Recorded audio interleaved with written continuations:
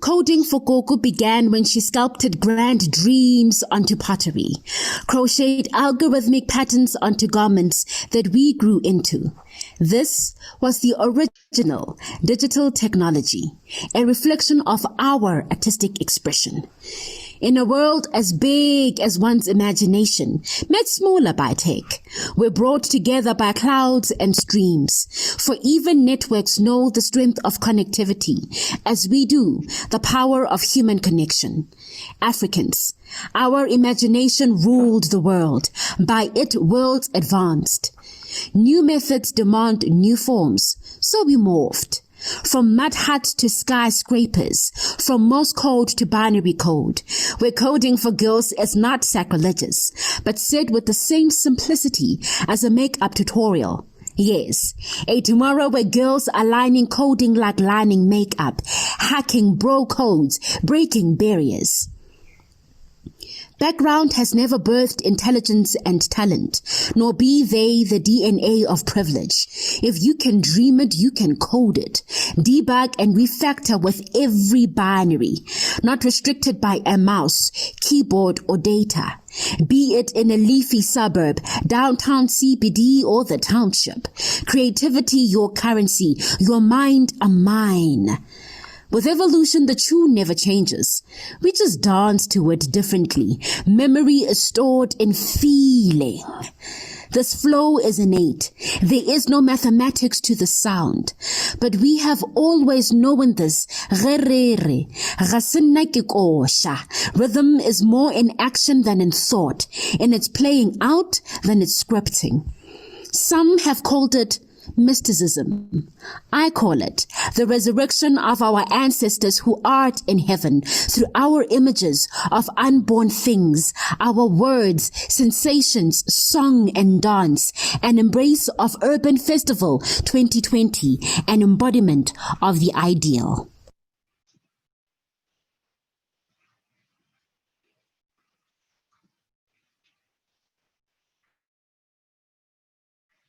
Oh, my mic was on mute. Hi, everyone. Welcome to day 21 of the Urban Festival 2020. My name is Lebogang Lichuba, and I'm responsible for marketing and communications at the South African Cities Network. If it's your first time hearing of the Urban Festival 2020, then welcome, and I hope that you'll be joining more events throughout the course of the week. We've been running this since the beginning of October, and we're excited about our session today, where we will be discussing communicating the urban agenda to empower the civic. And I'm joined by my colleagues, Lungedo and Sean Watson at the background, who will be basically handling all the technical aspects of the session today. Just as a few house rules, we will be taking in questions and comments throughout the session. So at any point, please do feel free to drop your questions in the Q&A section. We'll also be running a poll throughout the session on Mentimeter, and the code for that is 2584761. But as soon as we get into the question, we'll just repeat that code again. But overall, we just look forward to your participation and, for you to engage with us on this topic, because it is about communication after all. And before we get straight into introducing our panelists, please feel free to just let us know how you are feeling today, and just a nice check-in, and just drop in with one word what your mood is. I think my mood today is excited. So please, everyone, just feel free to drop in the chat box how you're feeling. And with that being said, Lungedo, could you please introduce our panelists to us? Thank you.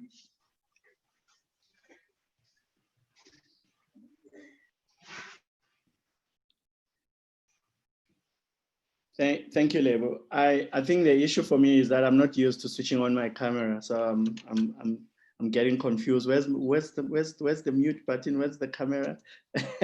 we always have these meetings where we just switch off the camera. The first point was that we should remove all debits.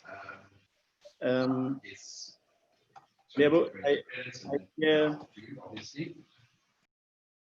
Can we ask that people getting into the into the session, they just mute their mics, please, so that there is no interference. Again, welcome everyone, and thank you very much for joining us for what promises to be an exciting session on communicating the urban. I think firstly, I think we must just thank our esteemed panelists for agreeing to be part of this session. I will just quickly introduce them. We have Mr. Josiah Lodi, who is the Chief Director for Urban Development Planning at the Department of Cooperative Governance and Traditional Affairs. You might call it COCTA, but that's the long version of it. So Josiah is a qualified urban and regional planner. He's very passionate about issues of spatial collaborative planning. And you know, if you know anything about the IUDF, he is Mr. IUDF. So the IUDF being the Integrated Urban Development Framework. So we thought that it would be interesting to have him as part of this session to get a sense from him what he thinks, you know, about communicating the work that they do. We also have Ms. Makungu Balori, who's a multimedia and stakeholder engagement specialist, also based at COCTA. So Makungu has, I'm not sure, I'm getting a feedback label, terrible feedback. Makungu is no stranger to us. She's our colleague, she works with us. She has experience and a strong interest in development communication and digital media. She is responsible for the implementation of the IDDF communications strategy. So we should actually be listening to her today and just shut up, all of us, and say, Makungu, take it away. What should we be learning? No, Lungoto, no. I disagree. Also, as part of the panel, we have Mr. Luvuyo Bangazi, who is the Marketing and Communications Manager at the Mandela Bay Development Agency. That's a municipal entity of the Nelson Mandela Bay municipality. They are doing great work in Nelson Mandela Bay around you know, some exciting urban renewal projects, and we thought that it would be interesting to have someone of his knowledge and experience, you know, in talking to us around how have they navigated the space of you know, public participation, community involvement, communication when pursuing these large-scale you know, upliftment projects in the city of Nelson Mandela Bay, my hometown, by the way. So we are very excited to have Luvuyo here. Luvuyo is an experienced communications and marketing specialist. We know each other a long time ago when he still he was once with Boomtown, which was a communications agency in Nelson Mandela Bay. So we know each other very well. So thanks for joining us, Luvuyo. We also have Stuart. I just told Stuart that it's the first time I'm meeting him, but I met him through his work. Stuart is a full-time consultancy. He runs a full-time consultancy called Roth Communications, and they specialize in sustainability and development communications. And he did some work with us on just interpreting the IUDF in a more visual, in a visually engaging way. And we thought it would be interesting to get a perspective from an outsider who's worked with the information, because what we really wanted him to do was to declutter the IUDF. It's heavy language, and we said we need to communicate that in a more engaging and non-threatening way, which allows people to interact with the information. Last but not least, we have Siphelele. Ngobe Siphelele is a colleague of mine. She's a researcher at the Cities Network, and she does a lot of work in the urban safety realm of SACN work, and also a lot of youth work. I can go on and on about how great and how wonderful she is, but I think that will be seen as nepotism. So let me leave it at that. But she's a colleague of ours, and she's here as well to just give us her own perspectives around what she thinks about communicating the urban. So with that, colleagues, I hope I did not miss anyone. We just want to welcome the panelists, and we're looking forward to a very more relaxed and a more engaging conversation around communicating the urban. Perhaps what we just need to raise up front is that we are not taking any presentations today. We agreed with our panelists that we are having a conversation around communicating the urban.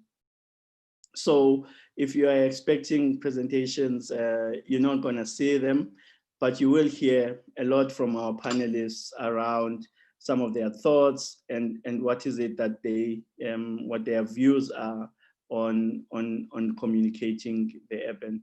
And also, I just want to welcome everyone that's here today, and thank you very much for taking the time to join us. Perhaps just to also explain that this session is really co-sponsored by the Communications Reference Group, which the Cities Network runs, which is made up of communicators from the various cities that participate in the network.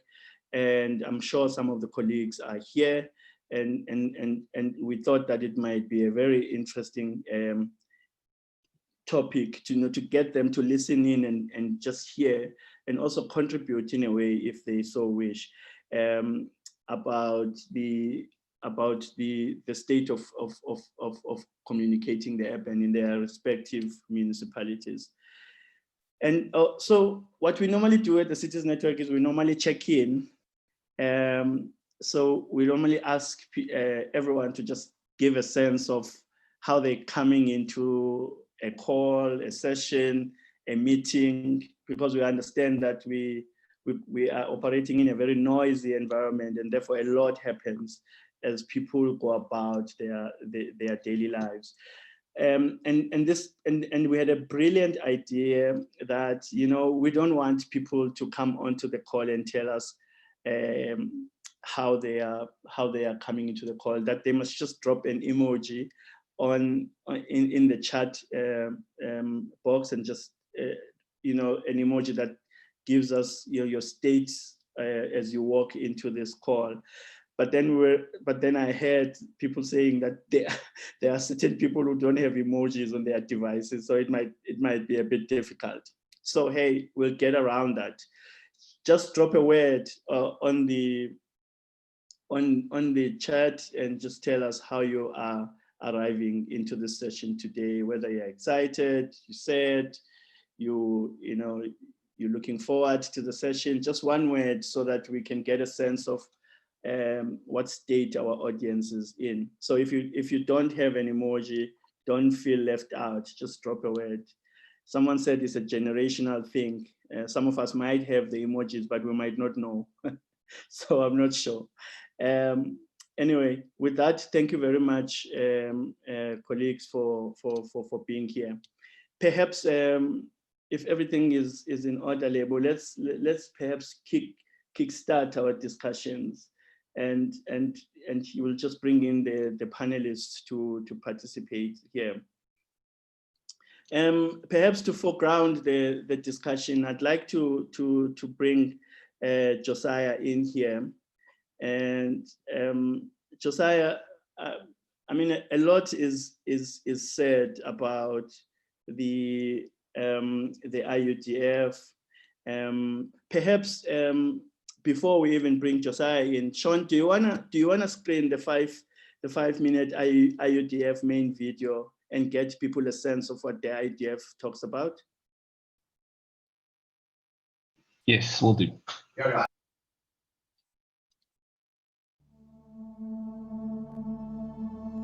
Meet the Mazibugos, a family living in the township of Soweto in the city of Johannesburg. Grandma Sophie, daughter Nkinzani, and son Sipho live with mom and dad. Nkinzani and Sipho are both university students. Grandma, Gogo Sophie, is retired, while Mr. and Mrs. Mazibugo work in Sandton. At dinner time, the conversation centers on the fact that Gogo Sophie had a very long and tiring day. She had to go to the post office on the other side of town to collect her pension. Because she missed the 6 a.m. bus, Gogo had to wait a whole 2 hours for the next one in the cold. Gogo Sophie prefers the bus to the minibus taxi because it drops her close to the post office and because it's more affordable. Her grandson doesn't understand the reason for this long delay and suggests Gogo try a new way of using public transport. Sipho tells her that she could have taken the Bus Rapid Transit System, or BRT, a new transport system designed to ensure that all who live in the cities and townships can have easy access to the services they need. The BRT is affordable and is made for everyone, young, old, and disabled. This new public transport system is an important part of the national urban policy called the Integrated Urban Development Framework, or the IUDF. Adopted by the South African government in 2016, the IUDF provides a new approach to urban investment, which in turn guides the private sector and households. Its vision is livable, safe, resource-efficient cities and towns that are socially integrated, economically inclusive, and globally competitive, where residents actively participate in urban life. Mr. Mazibugo adds that the IUDF aims to guide the development of cities to be well connected, in which everyone can live and move with ease, while addressing the unique conditions and challenges facing South Africa's cities and towns. Transport systems like the BRT are actually part of rectifying the old geographical patterns created under apartheid, which forced poor, mostly black people to live in areas far from the cities and far from work and recreation opportunities. For example, many people live in Soweto but work in Sandton. This means they have to use a large part of their income and spend hours every day just on transport to work. But a reliable public transport system like the BRT shows that city governments are trying to improve their lives. Nkinzani agrees that this is an important policy, but she has a different set of goals. Her main concern is whether she will get a job after university graduation. Unemployment among young people is really high. Her second concern is security. As a young woman, safety is a big issue. Her mother explains that the IUDF recognizes that cities and towns are at the center of driving sustainable urban development, creating an environment which is conducive to live, work, and play. There are many programs that each municipality is running to ensure that communities are safe, especially for women and children, like the creation of parks. These parks are not only meant to make cities beautiful, which is important, but also to allow safe spaces for people to play and relax in. Mr. Mazibugo mentions that it is also important for citizens to engage with cities, to learn about their programs, and to attend public participation meetings in order to hold cities accountable on their promises. Certain programs, like those focused on equipping and empowering youth to contribute to the city's economy and overall future of our country, run all year round. Some programs are aimed at integrating transport and mobility for people like Gogo, while others serve to create safe recreation areas or to build office and residential infrastructure. The IUDF vision for South Africa's urban areas recognizes that the country has different types of cities and towns, which have different roles and requirements. As such, the vision has to be interpreted and pursued in differentiated and locally relevant ways. Gogo, who has been listening all this time, laughs and says, "Okay, all of you with all these big words, my head is hurting. Make me some tea now. And Sipho, please get me a BRT ticket. I'm not waiting this long again next month."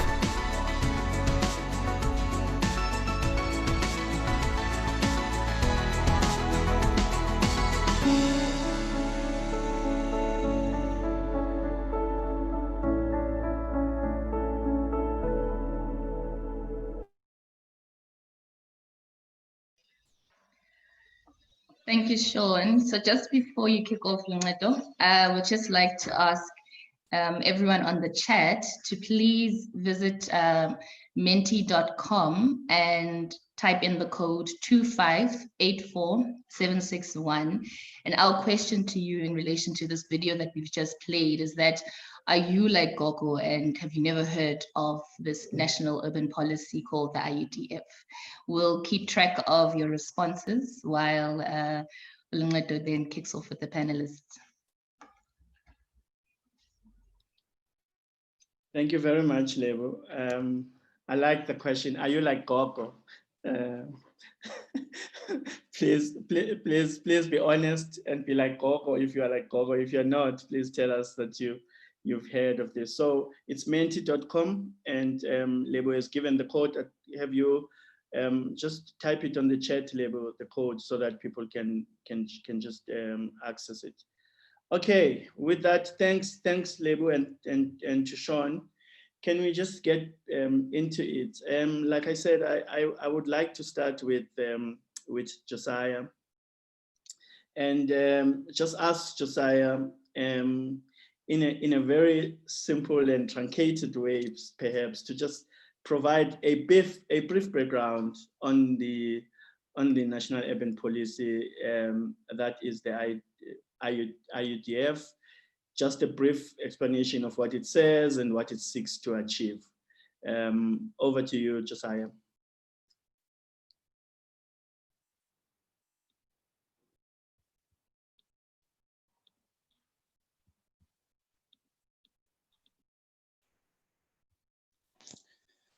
Okay, good. I think we can comfortably say good day to everyone. I have been introduced, so I'm not going to introduce myself. I'm just going to also get into the question that's been asked.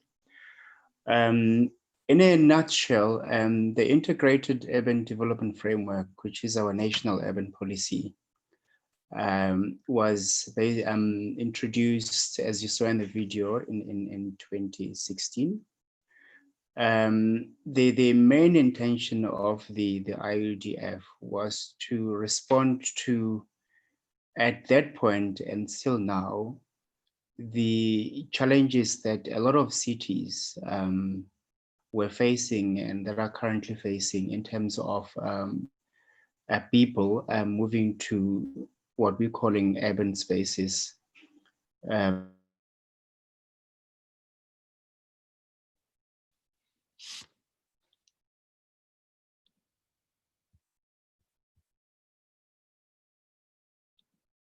The implications thereof was and still is that a lot of these cities and urban areas needed to respond to the majority of people moving into these spaces by ensuring that they provide services such as infrastructure, create opportunities for work, but also create opportunities for other services such as health and infrastructure and so on. So that they can basically ensure that all these people that are moving to these spaces in pursuit of a better life and a quality of life are provided with those services. And this phenomenon or the process of people moving into these urban spaces was recognized worldwide as a trend that governments needed to respond to. However, in South Africa, we had a peculiar setting where we had to contend with an apartheid spatial setting that meant that a lot of Black people lived far from where they worked, which had a lot of implications in terms of them traveling to workplaces and living a much more integrated life in those spaces. So we had to contend with policies that were introduced that separated people in terms of race and class, even in those urban spaces. That was the dimension that we had to contend with, which was peculiar to our country in South Africa. Whereas in other countries, this movement of people to these urban spaces was did not have a racial dimension to it. As a result of that, South Africa decided we need to also come up with an inclusive response to how we're going to work together to respond to the challenge of urbanization in the cities and urban spaces in the medium, short, and long term, but doing so with everybody working together. In other words, governments between the three spheres, but also communities, the private sector, and all stakeholders working together to actually agree and try to come up with this thing that we call an urban agenda. And then the IDF was introduced, which articulated a very crisp and clear vision that talk about inclusive economies, inclusive spaces, where people can actually feel proud of these urban spaces where they live. And what is critical about this urban vision that was introduced in the IDF is it was built, its foundation was around how we as people who live in our urban spaces would experience those spaces and the type of ownership that we would have in the spaces that we own. In that vision, at the center of this vision of our urban policy or the urban agenda was people identifying, being actively involved in how these urban places are being shaped or that they're being formed. That's quite critical. What was really fascinating, I mean, it's a little story to tell on the side, is that at the point when we had concluded our national urban policy, I think it was sometime in April, the UN Habitat 3 sat in Ecuador in the same year, I think it was in October, where a lot of the lessons around our urban policy was used to influence the formulation of what is now known as the new urban agenda.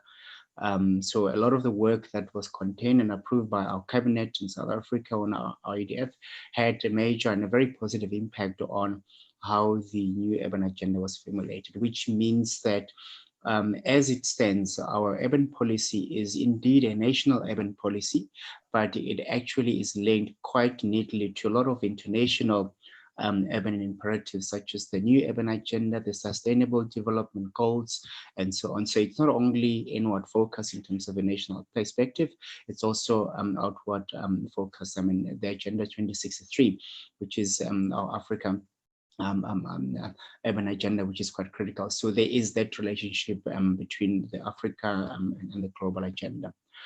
Some of the things that our national urban policy seeks to achieve, well, let me just backtrack very quickly. The other very critical policy document that has a major influence on the development of the integrated urban framework is the National Development Plan. A lot of us may be familiar with that, and it really emphasized the importance of what we've been grappling with in South Africa for since 1994, really. It's the issue of spatial transformation. And the National Development Plan makes very clear that we need to introduce an urban policy that actually begins to unpack or at least supports how we're going to transform our spaces to make sure that they're inclusive in terms of class, race, gender, and age, so that we can accommodate everyone between the different spaces. In essence, the IGF has got is built on about 9 policy levers, all of which range from how city governments needs to work with other spheres of government, the private sector, and communities to manage their urban centers. To just begin to introduce infrastructure management, infrastructure systems that will allow for communities to live close to where they work, where the facilities are integrated, as a way of guiding and leading investment decisions in those urban centers. But we're also looking at urban centers that begin to appreciate the significance of long-term planning, which is really fantastic way of thinking beyond the 5-year term, which is what is required by a lot of our planning systems across the 3 spheres of our government. What also the IUDF emphasizes is the importance of economic development, but zooming in particular in our townships. a lot of us may be aware that the lives and livelihoods of our people in our townships are fundamentally different. I mean, because these townships were created many, many years ago with the intent of excluding the inhabitants of the townships from enjoying the overall urban life in that urban context. Therefore, the IUGF begins to incorporate and recognize the potential that sits in a lot of our townships, irrespective of where they're located, but bringing them into the fold of what we call an inclusive urban space.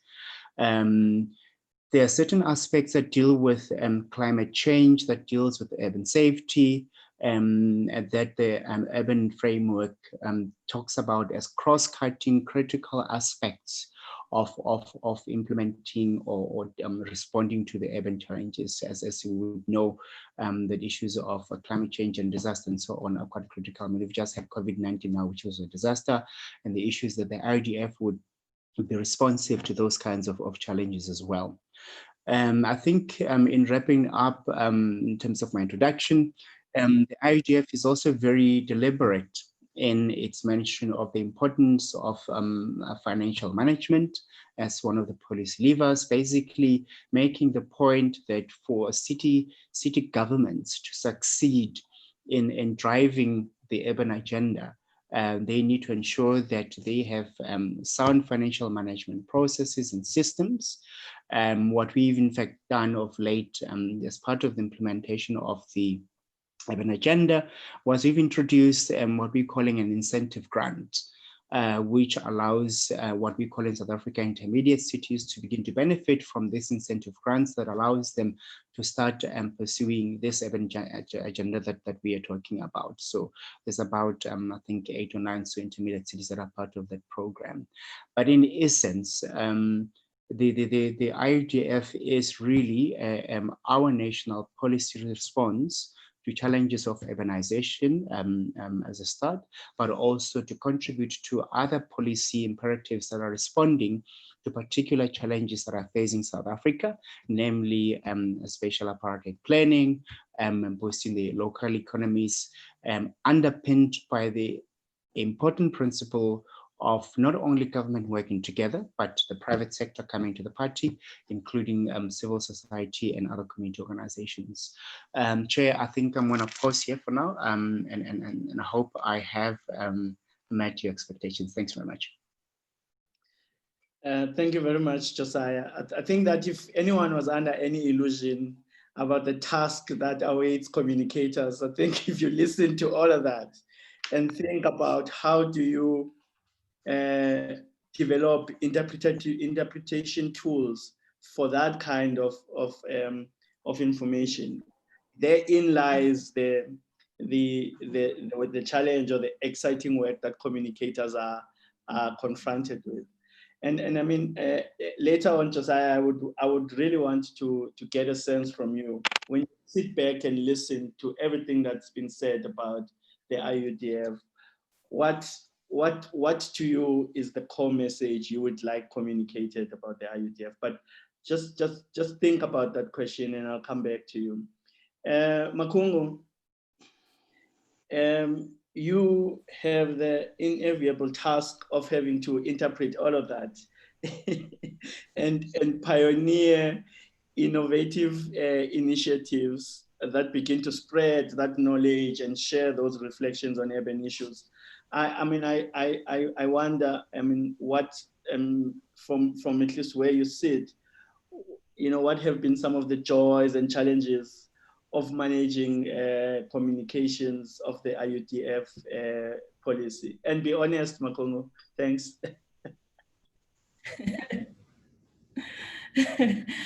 All right. Thank you, Luncedo, for that, and good afternoon to everyone and our attendees. I think, to be quite honest, it's been a joy and a bit of a challenging exercise to manage communicating the urban agenda, and particularly the urban policy of the country. So, I mean, as Josiah has mentioned in his introduction, that the urban policy of the country, which is the IUDF, responds to many other policies that were already created. I mean, for starters, it responds to the NDP. So that means there were already goals and objectives set in the NDP that municipalities, that cities, that all of society and other stakeholders were already talking about and trying to communicate. And then you move from the NDP, then you go to the new urban agenda. You talk about the SDGs as well, that they were introduced a while back, which cities already were aware of and were already trying to communicate in whatever form or structure within their organizations. So when the urban policy came in, and when I took on the role of trying to communicate the National Urban Policy, the IUDF, the biggest challenge, before I mention all the joys, was the alignment, which I feel like is the critical and the most important part of communicating the urban agenda or the IUDF. We keep saying this within the unit, that it's what we're trying to ask, or what we want society and municipalities and our stakeholders to know, is that what we want them to communicate, they are already doing it. So when, for example, we talk about in our IDF, we have 9 policy levers, right? So you have integrated urban planning, you have integrated transport and mobility, you have empowered active communities, you have infrastructure, housing, and all the policy levers that are within the IDF. So what I think is the most challenging thing is that to get people to start thinking that whenever they communicate what their municipalities are doing, the IDPs, the SDFs, and all the documents that they have within their organizations are already speaking to the objectives of what the IUDF is trying to do or trying to achieve. So it's more of aligning the conversation to say, if you as a municipality were launching, so usually as communicators would go, if maybe there's a launch of a new public transport, or the mayor is launching a bus or whatever service is being launched, not just reporting that there's a launch of a new public transport, align it with the role, the point of us launching this is that we are also implementing the urban policy, which is lever 2, integrated mobility and transport. So I think the biggest challenge is to try to get people and communicators aligned and start to shift in their way of thinking, that whatever we are doing, let's try and align it with the policy, because there is a policy in place in the country that speaks to the challenges and that seeks to address our urban challenges. So for me, that's one of the biggest challenges. But I think what I've learned so far, or my experience so far, 1 year and a few months later in this role, is that it needs collaboration. We always say that IDF is not a government job. It's not going to be done at national level, or someone national is going to sit there and implement it and also communicate it. Communication as well also needs to filter down to all the different spheres in all of society. So I think the more you learn that you need to collaborate in not just the implementation of the policy, but also collaborate in the communicating of the policy. So tapping into the comms at city level, tapping into the comms in private sector, tapping into the comms, in international organization, your UN Habitat, your World Urban Forums, take your message of what your policy is about and bring it into the space. And also whatever they're doing, try and align it back to the policy. I mean, they have IDPs, they have SDFs, they have things that they already are communicating within their spheres. So but also I think the one thing that we've tried to learn is to also try and simplify what we talk about. Government is always accused of having long documents, big words that no one understands. We'll send out a long document for people to comment or for people to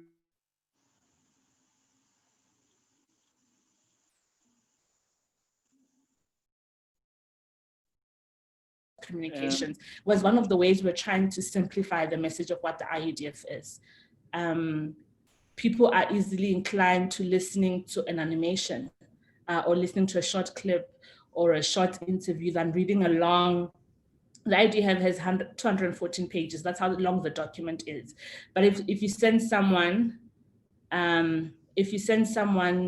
a 5-minute clip of what the IUDF covers, they can easily understand and engage with the material, So we take the message to the audience and not expect the audience to come and read all that we are doing. So that's my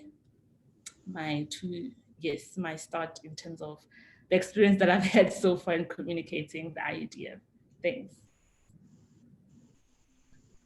Thank you very much, Makongo. And I must say that, I think you're correct in saying that it is it is a collaborative effort to try and just get this information to break it down to a level where everyone can really assimilate it and make sense of it. And I think at this point I would like to move to Spare. Spare, like I said, I made a disclaimer earlier that Spare is a colleague of mine. So Spare, you deal with a lot of critical issues around urban safety and youth and urbanism, and I often wonder how, when you look at the work that you do, how would you want it communicated? How would you like the messaging that is emerging from all of this work? How would you like that, communicated? How would you like that kind of knowledge and intel spread and shared throughout the society? Because I can imagine that when you sit there and do all of that work, communication must be at the back of your mind. How is this work going to land and find expression in the development space? Over to you, Spare. Thanks, Luncedo, and thanks for having me on the panel. So yeah, this is a very interesting question to ask a researcher, because I think we are guilty of often, especially in the academic world, just churning out a lot of research and not really being conscious or intentional about the communication thereof. Or maybe it's just a limitation of us understanding our audience primarily to be our colleagues and counterparts. But I think since this emerging recognition and growing priority to start sharing governance and to start having issues of policy also be things that can be owned by a spectrum of actors. So moving beyond government to include academia, civil society, business, the business community as well. We've had to start thinking more intentionally about the communication of research, how to distill the information for different audiences, and how do you engage different sectors of society around one issue in a way that resonates with them, and not only just resonates with them, but inspires action. So in terms of how the question of how I would like the research to be communicated, I'll give an example of one aspect of the work that I do, which is urban safety. So as you'll know, issues of crime, violence, particularly in cities, is something that's at the forefront of the minds of the average South African and of the average human being, person just living in South Africa, whether that is in the rural setting or in the urban setting, but particularly in the urban setting. So whenever we have the release of crime stats, there tends to be a feeding frenzy to kind of position what the information means in a particular way.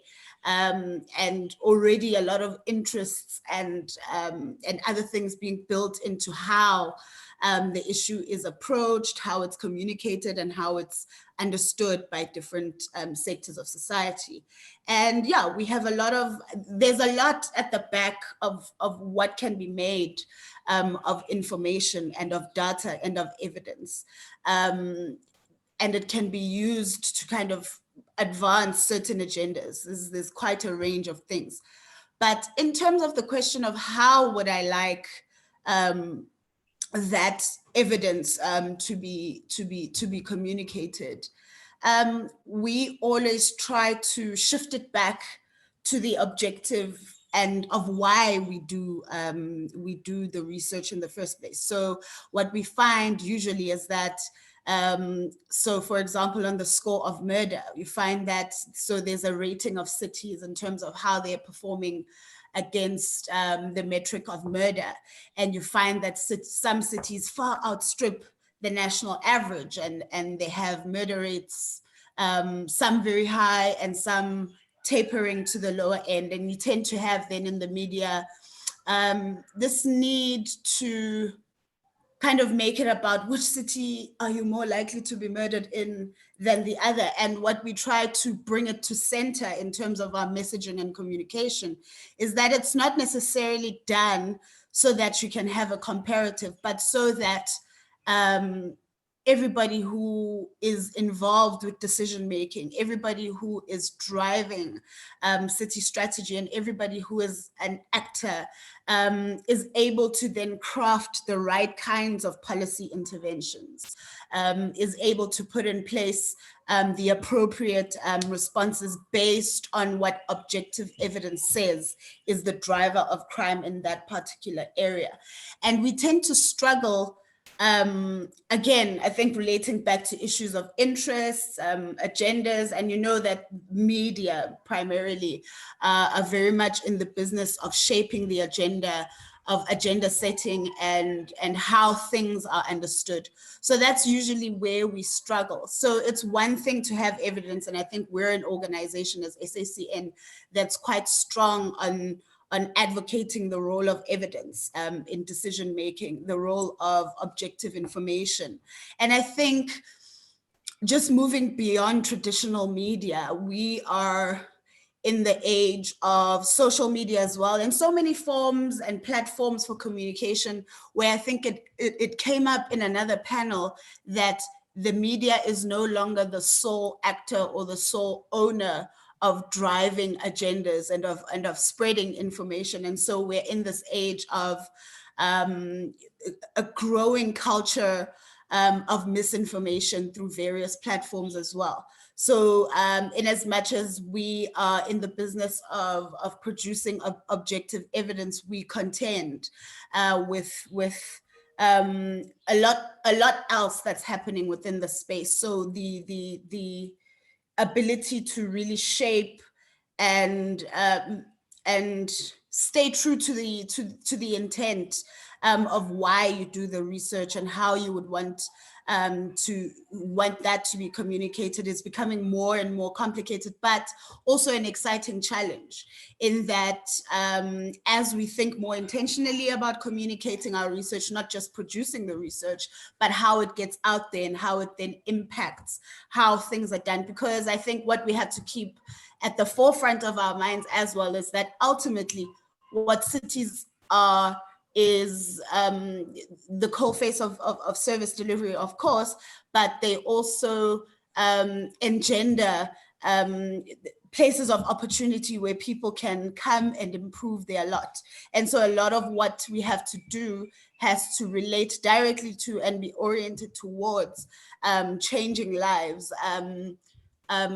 putting in place better access to opportunities to improve your lot, improved well-being, and so on. So that has to be at the center of how we think about how we package information, how we share that information with various audiences, particularly the civic, particularly communities. And so with all these other emerging trends is where we have to situate ourselves and see how we can navigate a lot of the emerging challenges and what I see also as opportunities to think creatively. So I think, yeah, it's brought about a time where the researcher and the academic, I think the overarching image of the academic and the researcher is that it's someone who's holed up in their office that's filled with papers and books and just engaging with the world from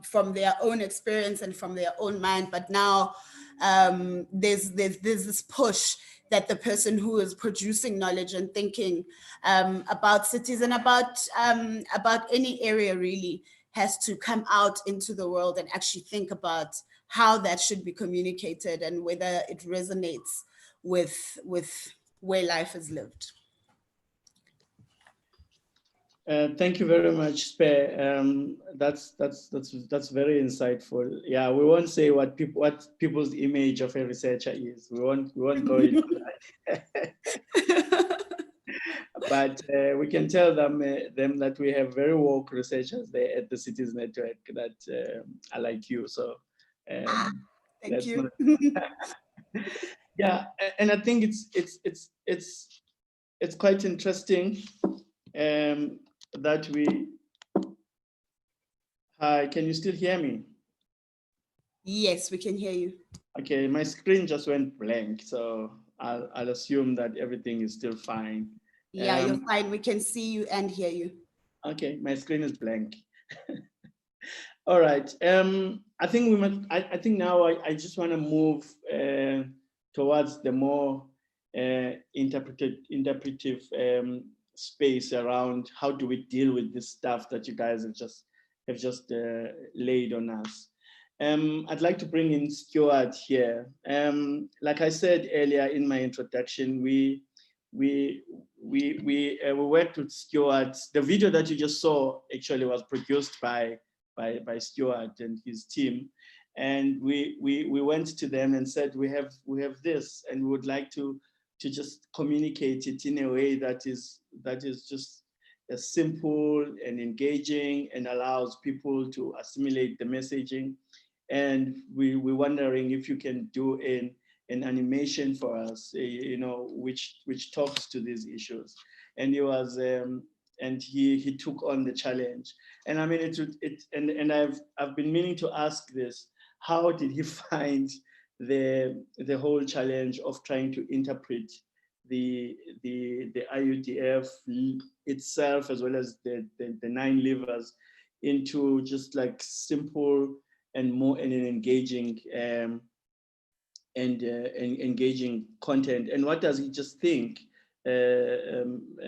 around how we should be looking to communicate these types of policy positions, which can be overwhelming from a content and language point of view, to just things that, simple, that everyone, every man in the street can identify with what they are trying to achieve.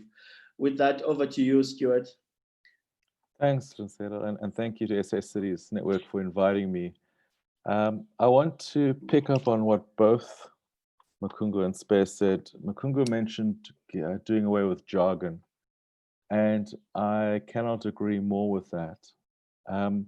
One of the issues we find is that academics are technical people, and they want to include all the information. They want to include everything. Whereas we just need to get down to the key messaging. So the first task is to distill what is the key message that we're trying to convey, and then how do we convey it in the most effective way. And yes, it was the IUDF, and especially the different levers, were one of the more challenging pieces of work we've done. Before that, we also worked on National Treasury's Open Government Initiative on municipal money and Vukuli Kamali. So that's provincial and national budget. And that was also quite technical, but the IUDF actually took the cake. And I was quite impressed with what our art department managed to do, because it is very technical and it is using large words. I also want to pick up on what Spare said about knowing your audiences, because we are not our audiences. We are older, we're often more educated, we're probably urban, perhaps more conservative. We use different tools, different social media tools. And in order to know our audiences, we really need to engage with them. So one of the techniques, and we did this for National Treasury's Vukuli Kamali, is we did some user persona mapping. So you actually map out who are the different people that would be engaging with this, who are the different audiences. And we've spoken about this already today. So of course, there'll be other researchers, and it's easy for us to understand who they are. And when you do user persona mapping, you look at their education levels, where they get the information, what they want from the information, how they use it. Even look at just simple things like their family structure, where they live, where they shop, etc., just to paint a picture. And you develop about 5 or 6 different user personas for your communications product. But then there'll also be people that work in civil society. There'll be people that are members of CBOs. and there'll be other government people. And one of the biggest audiences that's often forgotten is the internal audience, the audiences within the organizations themselves.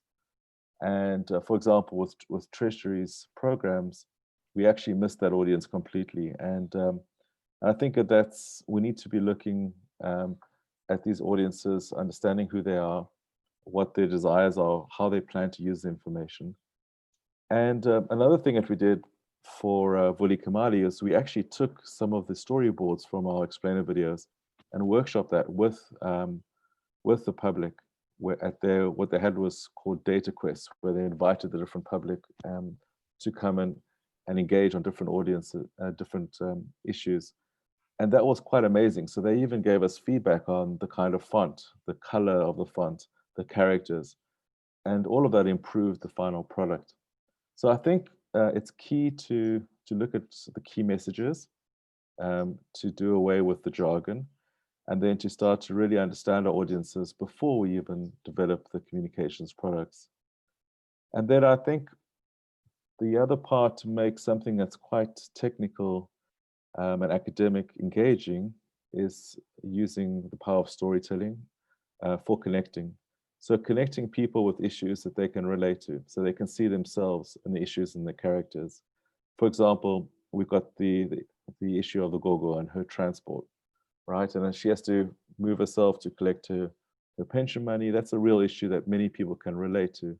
And perhaps they could also relate to themselves being the daughter in the video. And the daughter she's looking for safe spaces where she can hang out with her friends, but she's also worried about what happens after graduation, where will I work?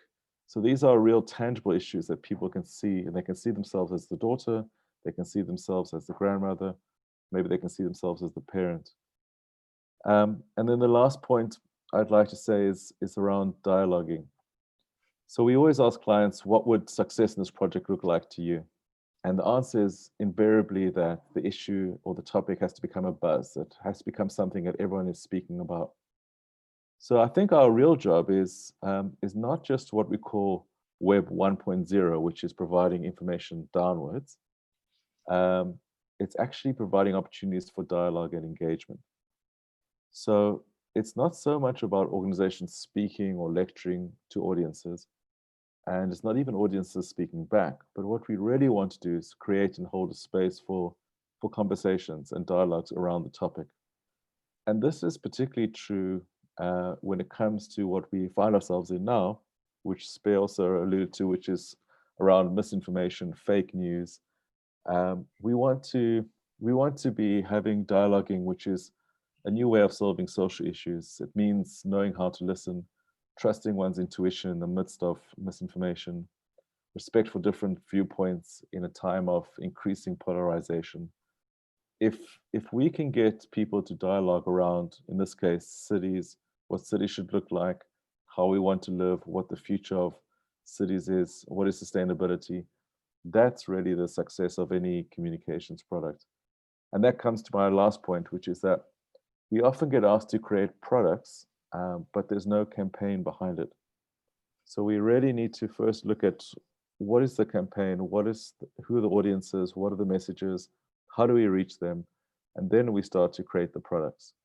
It's easy for us to create videos, explainers, radio shows, but there has to be a whole campaign behind it. There has to be some thinking around it. Otherwise, all the effort, all the money spent in the product might actually not have much of an effect. I think I'm going to leave it at there. Thank you very much, Stuart. That's most insightful. And I mean, I like what you said about storytelling.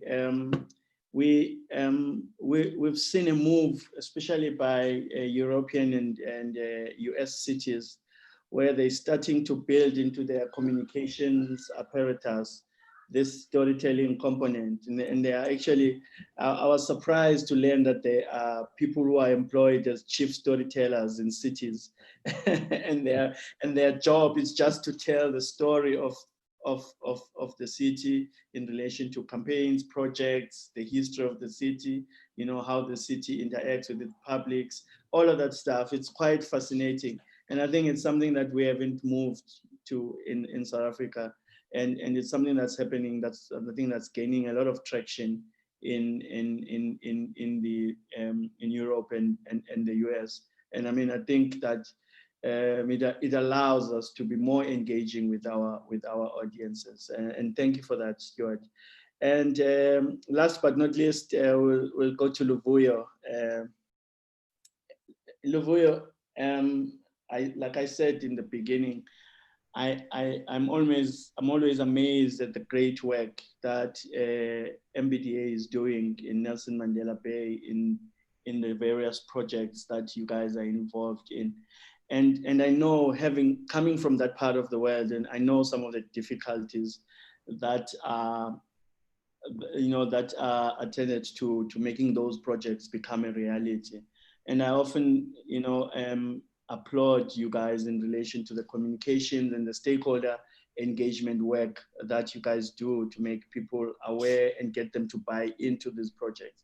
And I wanted us to just because it's now a practice point of view, to just give us a sense of some of the work that MBDA is doing, and how are you guys promoting this important interface between yourselves and the communities that you service.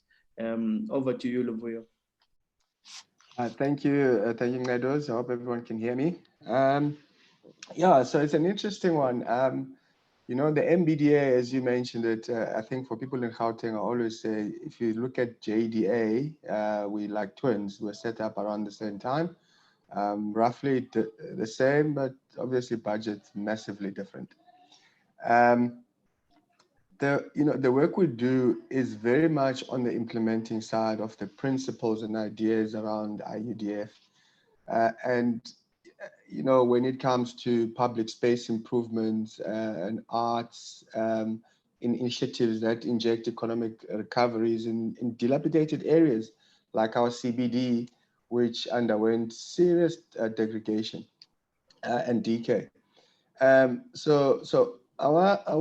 We were formed in 2003, 2004, and the primary mandate at that time was to turn around the decaying CBD, which was undergoing a capital flight, literally money leaving the inner city, businesses setting up in what was residential areas, and properties left vacant, vagrants move in, crime picks up, and whatever other business was there starts moving out. So fast forward to now, we haven't attracted the same business that was in the inner city. We've attracted a slightly different business, but also it's got its own challenges. So in a roundabout way, I will firstly say, the principles in the IUDF, I think they're embraced by the team. There's certain things that you question around the BRT system and its relevance in some cities, not all cities. I think in our city, it's had its challenges. It's still having its challenges. But to pick up on what Stuart, a point that Stuart made around jargon, I think someone else might have made it as well. We are a ring lower than the municipality in terms of access to the public. And the work we do, which needs to find alignment into other spheres of government, is probably a little bit further down. So it becomes a big challenge when we have to find a way to align this work to the IDP, to the provincial IDP, to the NDP, IDDF. It becomes quite a lot. And I think the way out is for people to just, don't look at it that way. So we have a real task as communicators to declutter and to simplify, and that we can only do when we really understand the audiences that we talk to. So in doing our work, listening is a big part of the communication for us. We have learned the hard lessons in some projects where, one very challenged community called Helenvale in the city, with funding from Germany of 5 million euros, a project that was meant to last for to go over 5 years. Suddenly hit challenges, competing agendas in the community. We know that. We know there's always different power brokers gunning for this kind of things.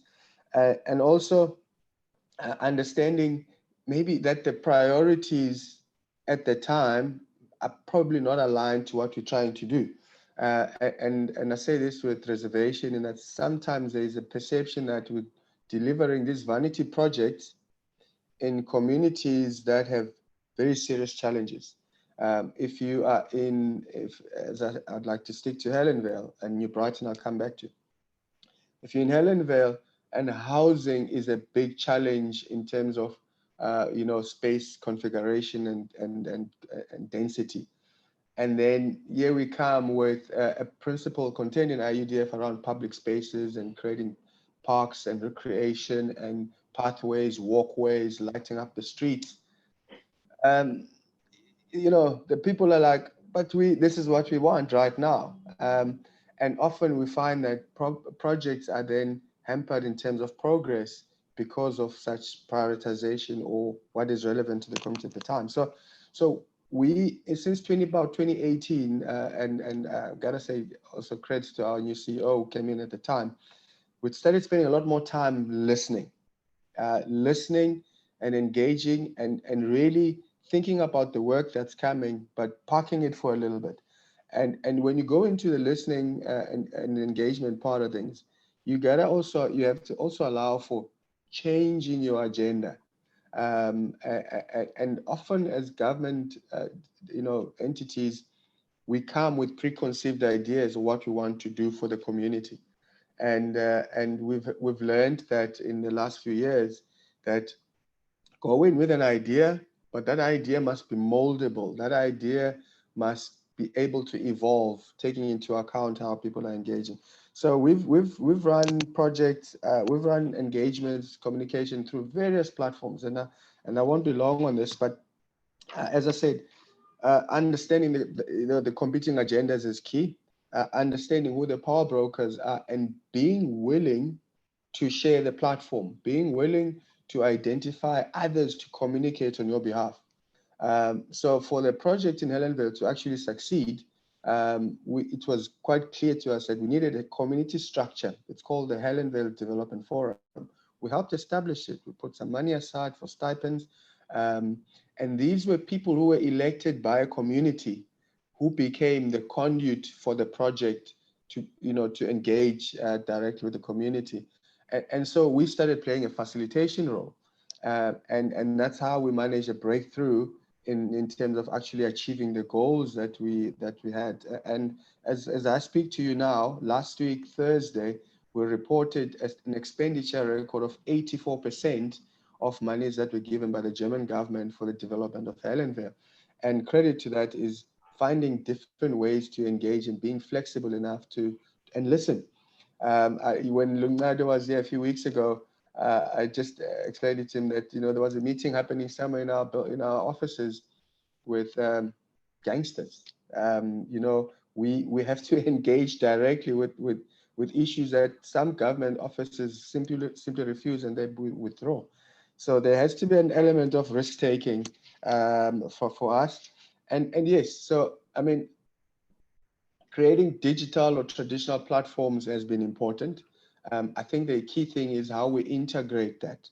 We took some youngsters from that community. We took them to Rhodes University, short courses, and ourselves spent some time teaching them and helping them understand the storytelling, how to tell their own stories from Helenvale. So there are many journals running social media pages of Helenvale. So these are now stories of Helenvale written by people from Helenvale. So those are really initiatives to try and empower and step back. That's quite key. In terms of integrating, the town hall meetings that we've had pre-COVID have changed completely. So we're starting to think about new ways of bringing people together. Because as government, we are guilty of always wanting to call people to come to us.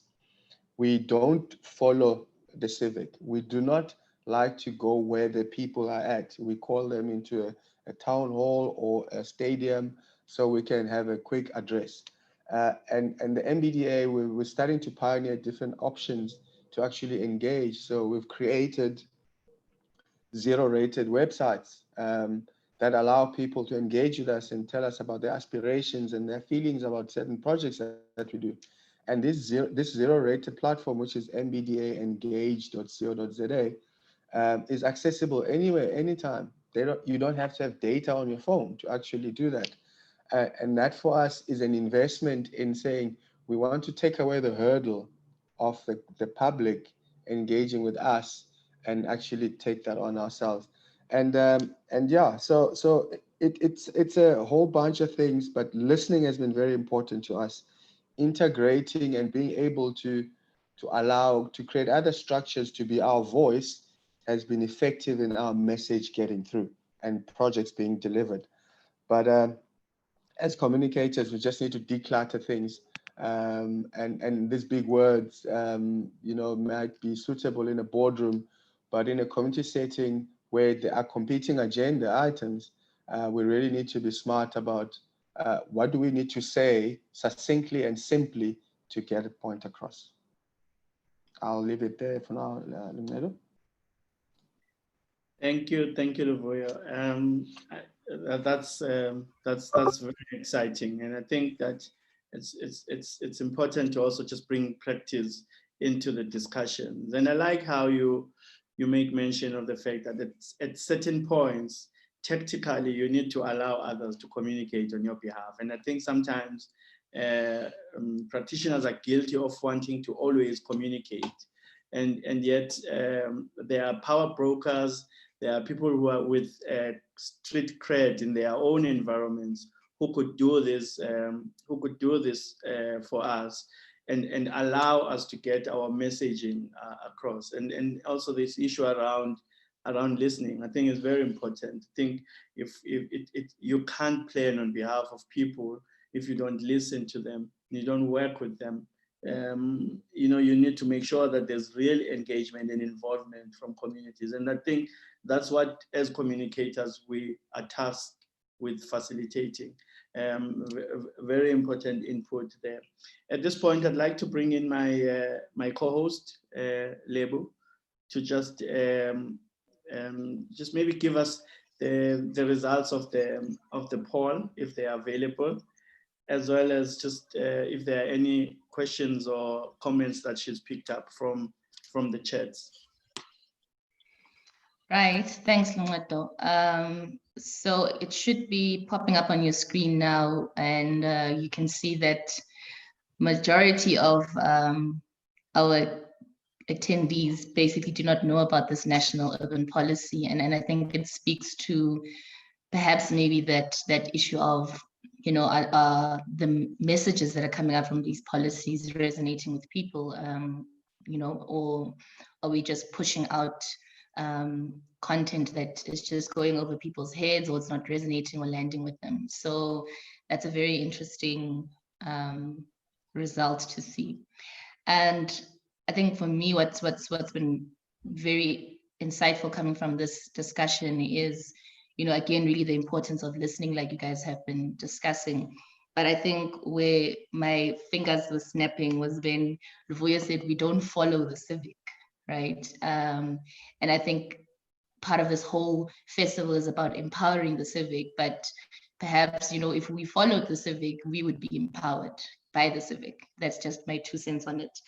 And also the importance of creating spaces for dialogue amongst different audiences. I think it was Pei or Stuart who mentioned that point, and it's really important that we give people spaces to share what they, in their space, in their way, want to shape their cities and the vision of their cities. And we'll touch on that in the next section. But just to move to the comments that have come through, we've got a comment here from Danga who says he really likes the IEDF video. The format is very accessible for a broader audience and moves beyond the jargon. So again, good job to Stuart Makungu there and Josiah and the team for really tackling that project and making it resonate with so many people. Then there is a question from Utemba Siputugele. I hope I said your surname properly. You may be aware that the Gauteng provincial government is pursuing a global city region approach. The question, therefore, is what is the correlation, if any, between the IUDF and global city region? And I think Umakungu has responded to that, but I'll also just read it out for the benefit of people who may have missed it.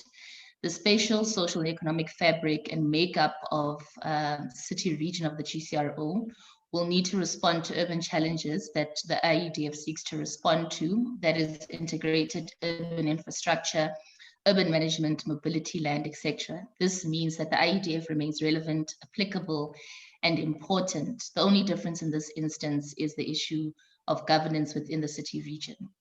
So I hope, Temba, that covers your question. So before we move on to the next part of the session, just a bit of context. I'm going to invite my colleague Usiwe Ntombela to quickly give us a background on the Visualization Studios, which is a project that she's leading.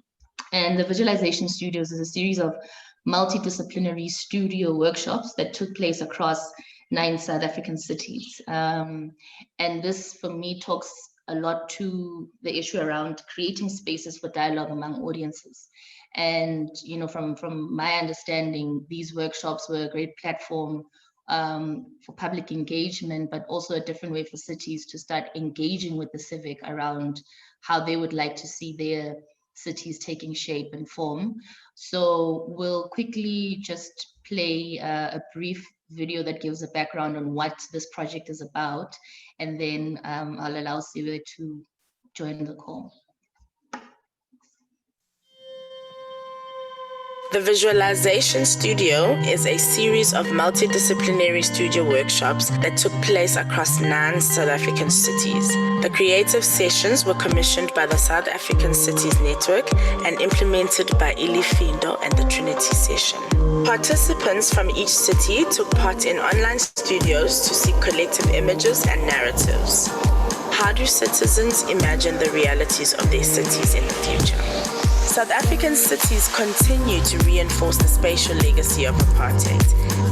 While improvements have been made in housing and transport infrastructure, despite efforts, little has changed in bettering urban spaces for everyone.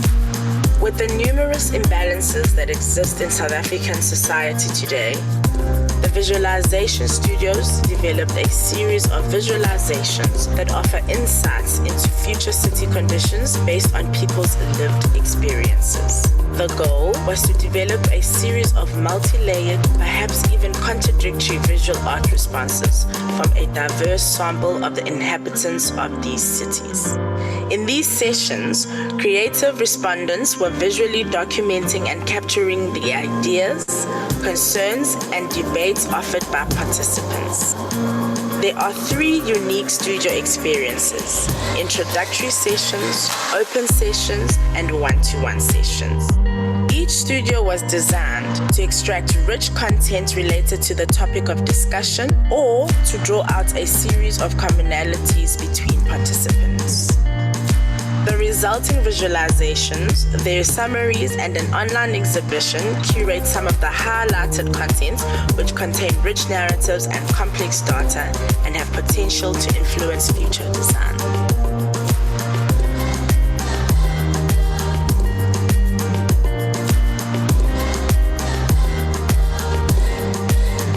Officially launched and showcased during Urban Festival 2020.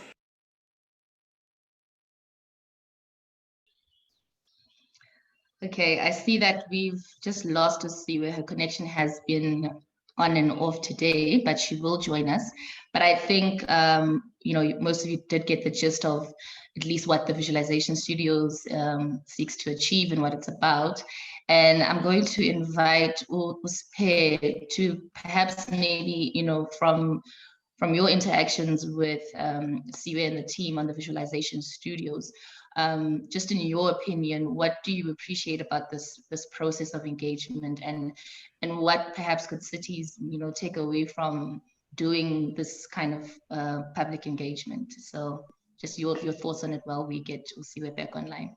Cool. So what's exciting for me about the visualization studios, and I think, like, firstly, just before I begin, I must really commend Siwe and her team for this very interesting process. And I think it really starts to bring to expression what we mean when we say, in terms of just policy language, terminology and jargon, about all of society, transversal management, all of government, and co-creative approaches, because it starts to bring the civic, and it starts to bring communities into the process of visioning and imagining what future cities, and depositing their own thinking about what future cities should look like. And it starts to shift the tide and to respond to the critique about participatory processes. And I think a lot of my fellow panel members have made mention of the barrier that jargon tends to present. And so when you start to engage with issues from a visual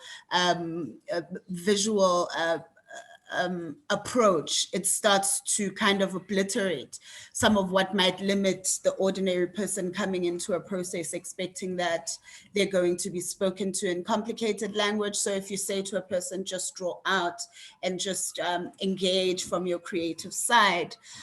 So I think, I think the mode of engagement is really like a groundbreaking thing, which I think more of us in different spaces should look to explore. So for example, like what I was saying about how do you package and how do you position information for different audiences, I think this is a great example of what you could be doing, for example, when you're engaging with children around their role in planning, imagining, and decision making about cities. So now from a researcher's perspective, it would be, how do you then translate these inputs into something more tangible from a research perspective, from a policy perspective?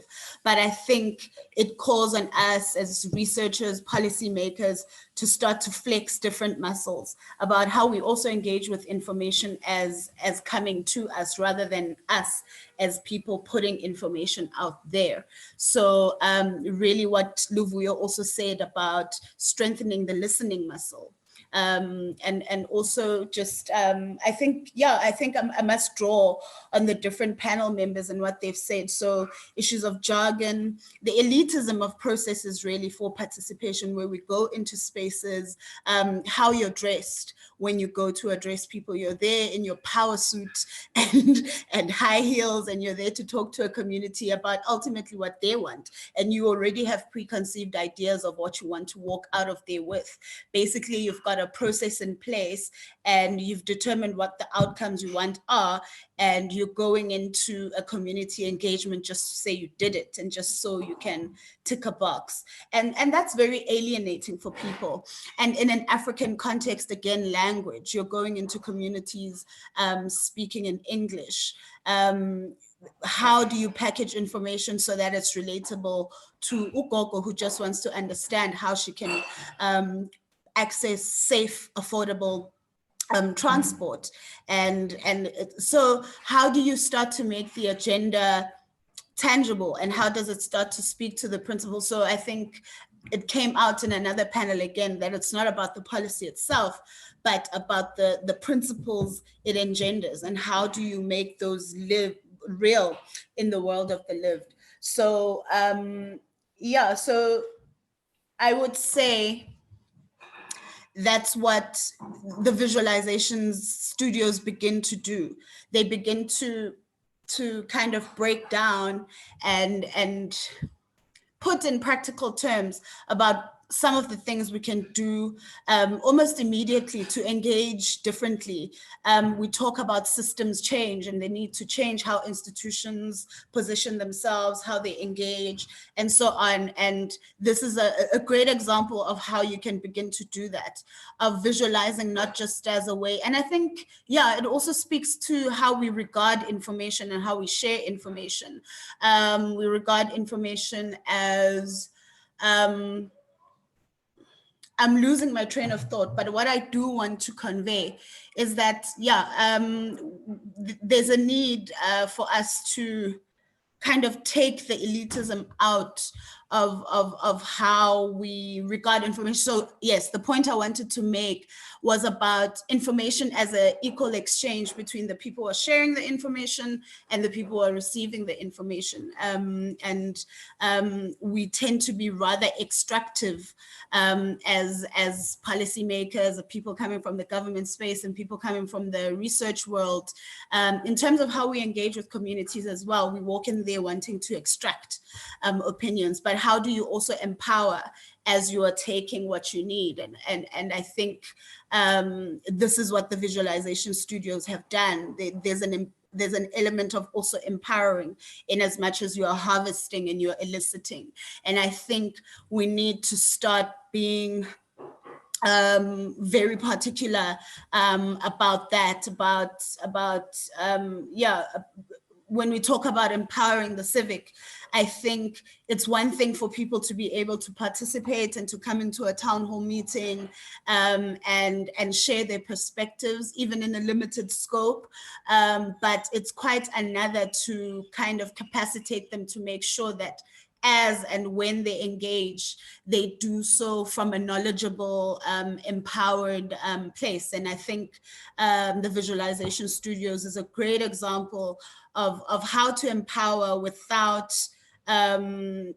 language that is alienating, processes that are draining and alienating in and of themselves. And I think it's in anyone really to put an image on paper and to really engage with their imagination from a visual perspective. And I think it's something that could be replicated and adapted in different spaces. And yeah, just again to commend Siwe and team for that process. And it's something I hope that we can also adapt and replicate across SACN programs. Even as we say that we want to become stronger in terms of like our facilitative role when we engage, whether it is in communities or within our core space, with this, which is the city practice space. And yeah, I think it's something that has the potential to be a useful tool for different aspects and for different spheres of our space. Thanks for that, Claire. I mean, you know, you're spot on about that. And for those who are not aware of the visualization studios, there was an exhibition that we launched, correct me if I'm wrong, I think last week, Friday, and we've just dropped the link on the chat box, so you can head over there and take a look at what the project is about and what's come out from the different cities, some very powerful work that's come out of that. And, you know, that's echoed by some of our colleagues here who agree that this is really, I think, a very creative and, you know, different way of engaging the civic. So while we have Siwe on the call, hi Siwe, please let me know if you can hear me. And, you know, very quickly, if you could just tell us about what this process has been like for you and, you know, what lessons have, you know, come out or you've learned from this process, and how do we, you know, take it forward? And I think Uspez already alluded to how cities perhaps can replicate this and use this as a tool in their different public engagement forums. So Siwe, if you can hear me, just let me know.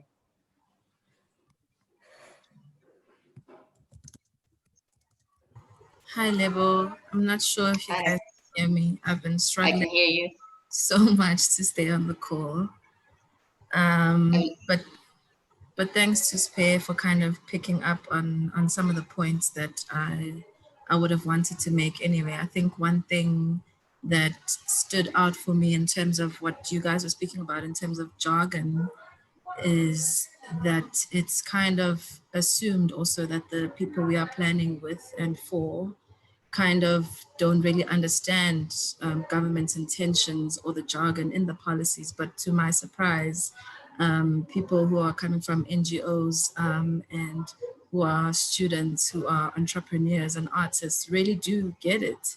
And they were also kind of, in terms of the aspirations they were speaking about, really talking about all of the kind of principles that we see in the IUDF in terms of the levers to say cities must be kind of inclusive and economically sustainable and viable, and all of these incredible kind of things. So I think we are kind of on the same page with the communities. It's just in terms of the sense of empowerment that they feel detached from kind of the state. And I think creating these kinds of spaces and platforms really does assist in bridging that gap. And something that I think is important is just relationship building, because we really operate in kind of a trust deficit system where people don't believe that government or municipalities will really do the work that they promise to do. So I think just engaging and speaking to communities in different ways and making the effort and time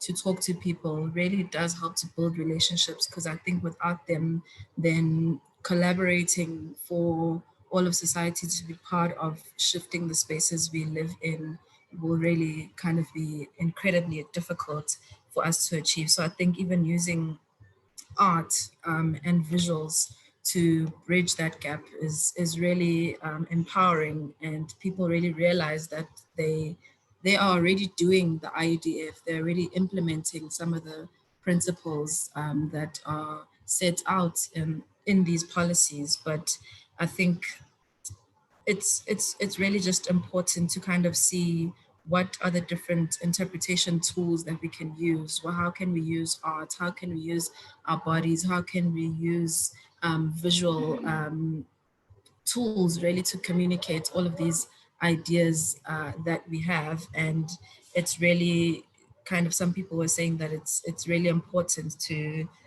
create a space for people with ideas and people with power to come together, because that's where things can really happen if we kind of make a concerted effort to create those kinds of spaces.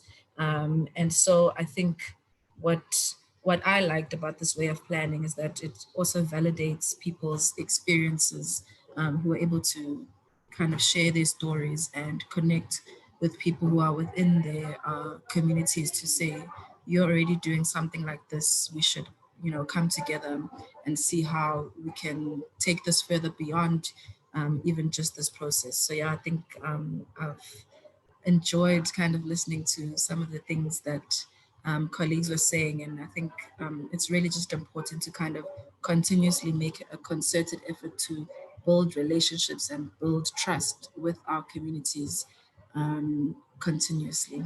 Thanks, guys.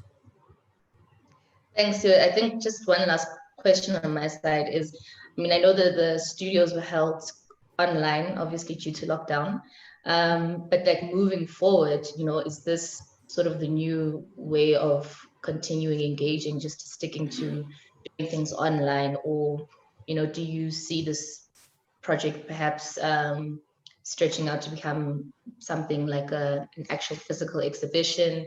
And the reason why I'm asking this now is that, one of the panelists had mentioned that government, or cities rather, need to be flexible in how they engage or be open to change. And I think COVID has, pushed all of us to do things differently.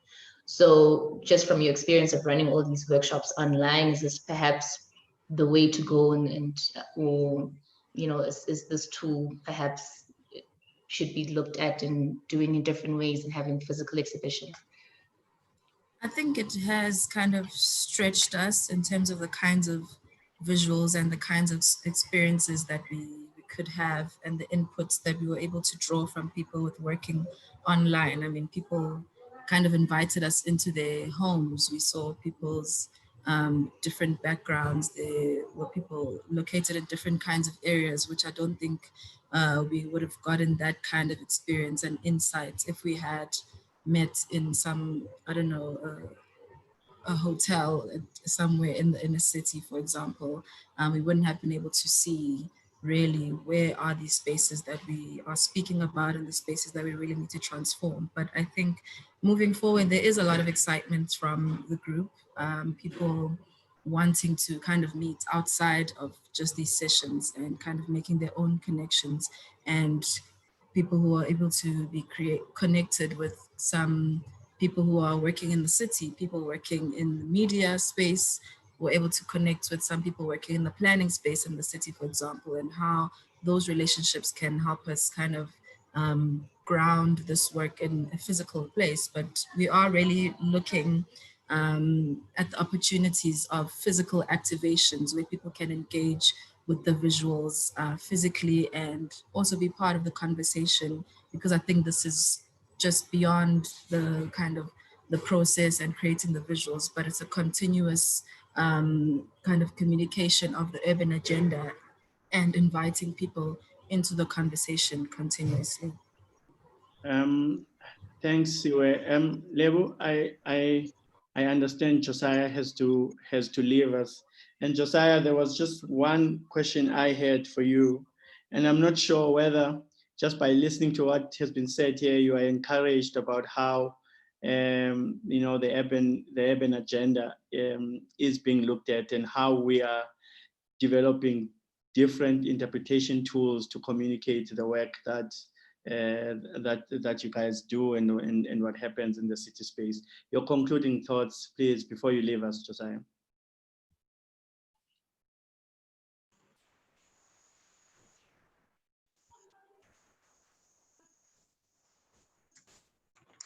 Linga, thanks very, very much. I'm actually super excited. I'm intrigued. My heart is painful that I need to leave. So if I could, I would have most certainly stayed much longer.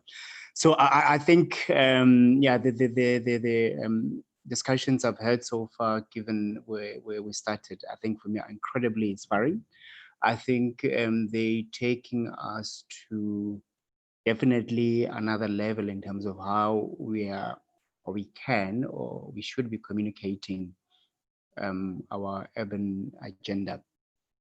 I think the only thing that I thought I should perhaps mention in concluding is, and this is in part on a personal front, is I often wish that a lot of what we are communicating and how we are communicating can be not only with ourselves or amongst ourselves, but that we would continue to do so with everyone else that lives in these urban spaces. I'm personally of the view that the whole notion of empowerment, I believe that our communities can actually empower us, because a lot of the times their lived experiences, whether you're talking Umtata, where I currently am, or you are talking Johannesburg or Soshanguve or Stellenbosch, wherever in Cape Town, the people who live there have got an incredible amount of not only information, but story, history, experience, and that I know they would like to share with us. And this is really about how they are living and experiencing the urban spaces. In part, what Makungu said is true. It's really, you'll find that it's what we're talking about in our Jargon written documents. But we miss those because we actually don't engage with those communities in their languages, in their spaces, and actually allow ourselves to actually learn from them.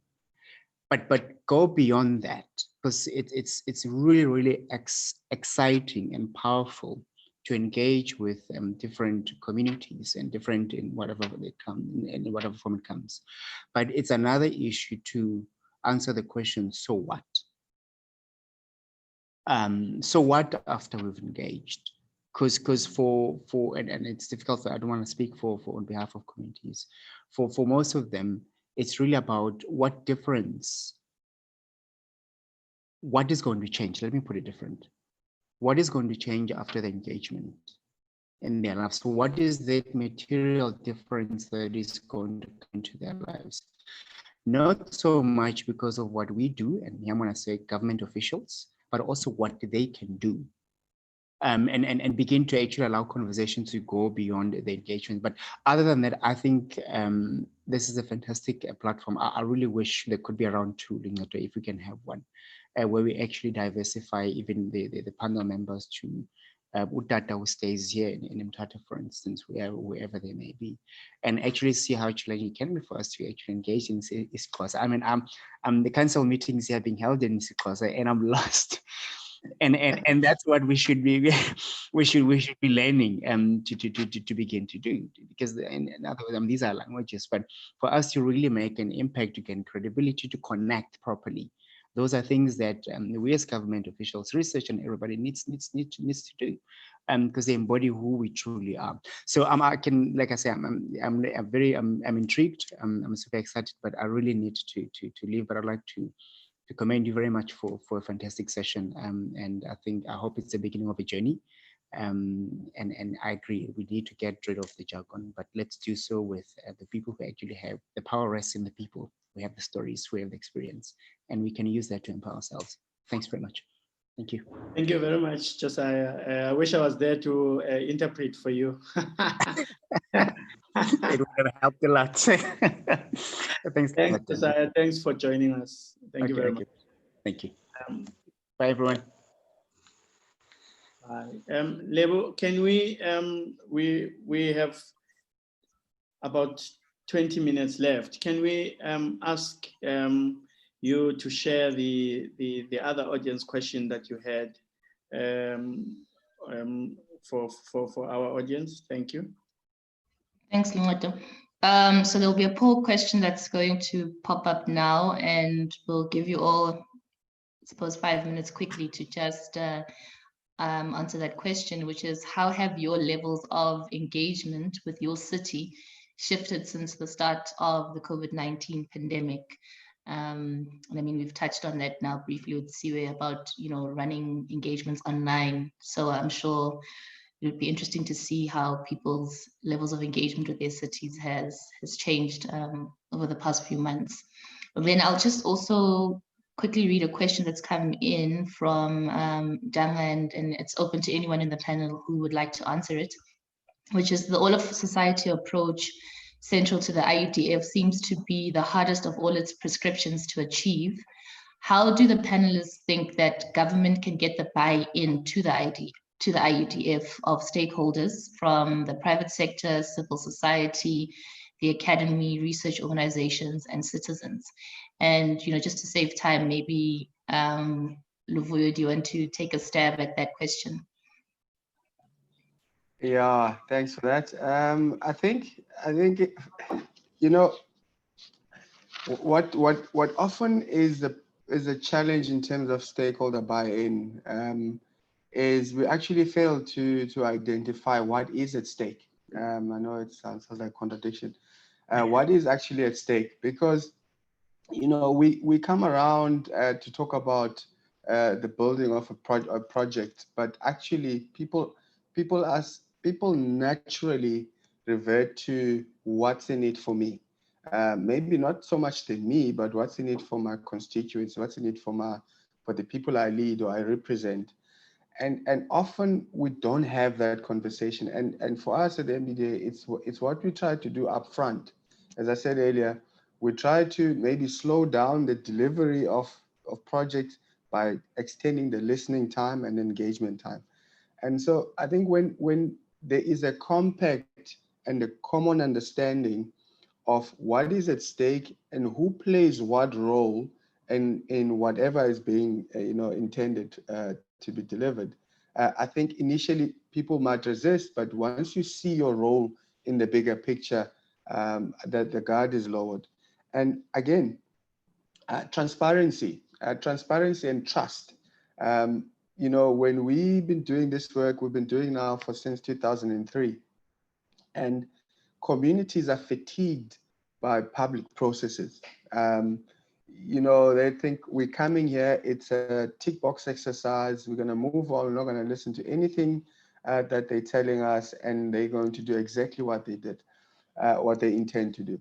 So you gotta build trust, and building trust has to do with delivery, and you know, doing what you say you will do, whether it's your other departments in your city or your provincial department that you need to nudge to say, we're going to community X. Are there issues that are pending that we need to address? Because I tell you, Lungato will know this. We would walk into a meeting to discuss the branding or the name, the registration of the city's name, and people are saying, we're not having that. We want to talk about, you know, what's happening down the road. So trust deficits could be a challenge in gaining buy-in.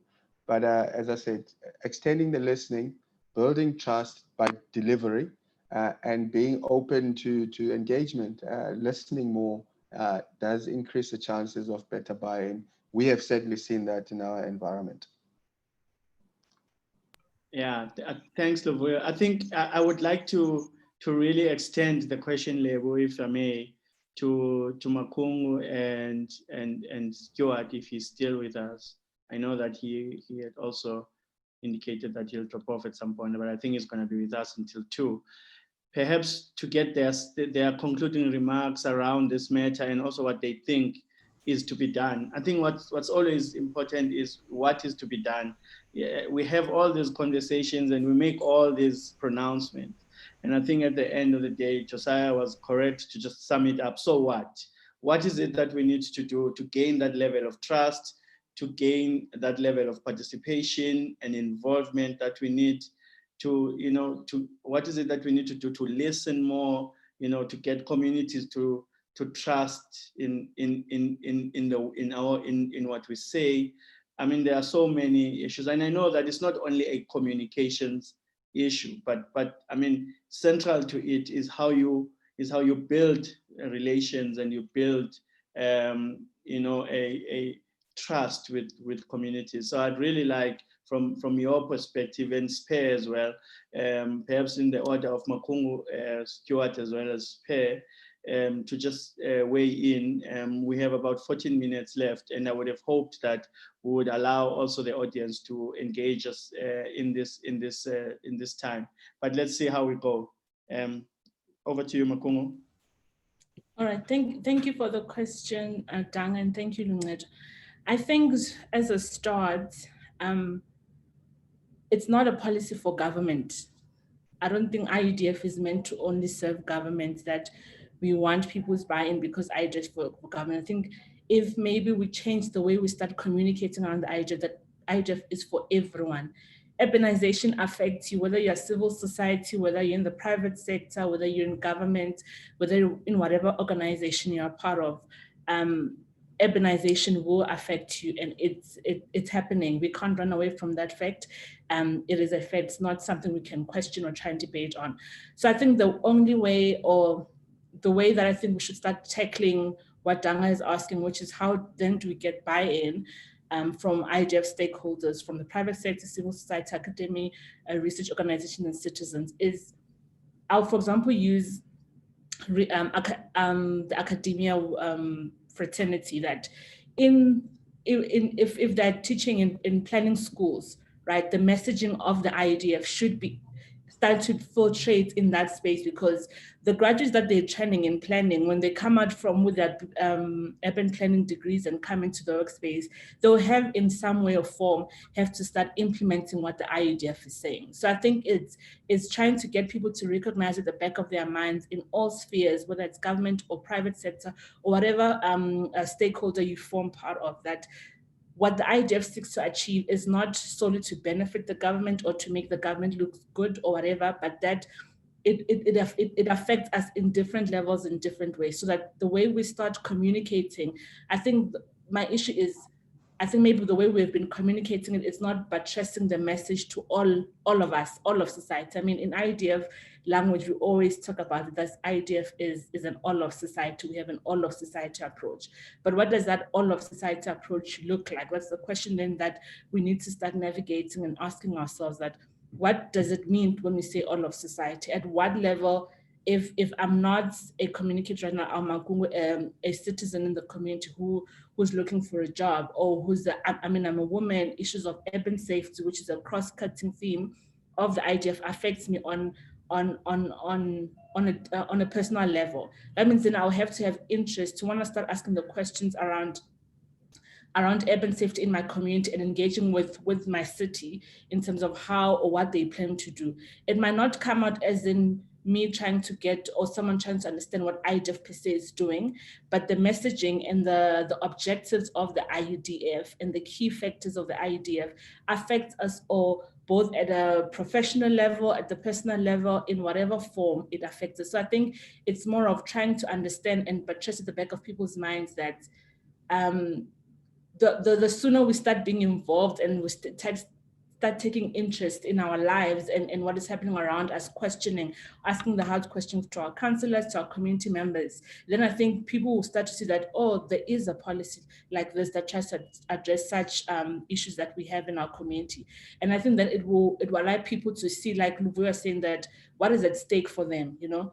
And I think more of the time that we expect one layer of the spectrum to do all the work. But I think when we all start to wanna have interest and ask the hard questions, then I think the buy-in becomes easier, not where government is buying in all of society to agree on the policy, but where we all start to engage with what the policy objectives are saying, not necessarily the document in itself. The document must start to live in people's life, must start to after we've given them the policy, so what, like Josa was saying, what is the point? What has changed in their lives? So I think to just also tap into what we are saying, that what is at stake for them, and also the issues of trust. But I think it's also boils down to how we communicate. I think communication in this regard plays a big role. Maybe we if now we say we don't have the buy-in, maybe it's because of how we've been communicating, that we need to change how we communicate to have easy access and to draw our audiences and find where our audiences are to engage what they need or what they want to know more about the policy. So I think it is all of society, and I think the burden should not be weighed on one end of the spectrum, but that all of government, you know, and that we should start understand that some of the things will not be communicated by government, even if they revolve around the policy. Some of them will be communicated by another stakeholder, you know. So like giving each other the space to collaborate and to let other people communicate on our behalf and to have engagements together would make it easier to see the end of what the policy wants to achieve. And the buy-in question can be solved easily. So those are my thoughts on that. Thanks, Leonard. Thanks, Makongo. And Stuart, and I like that you are far removed from the government. So you can talk as an independent and just give an objective view of what is to be done.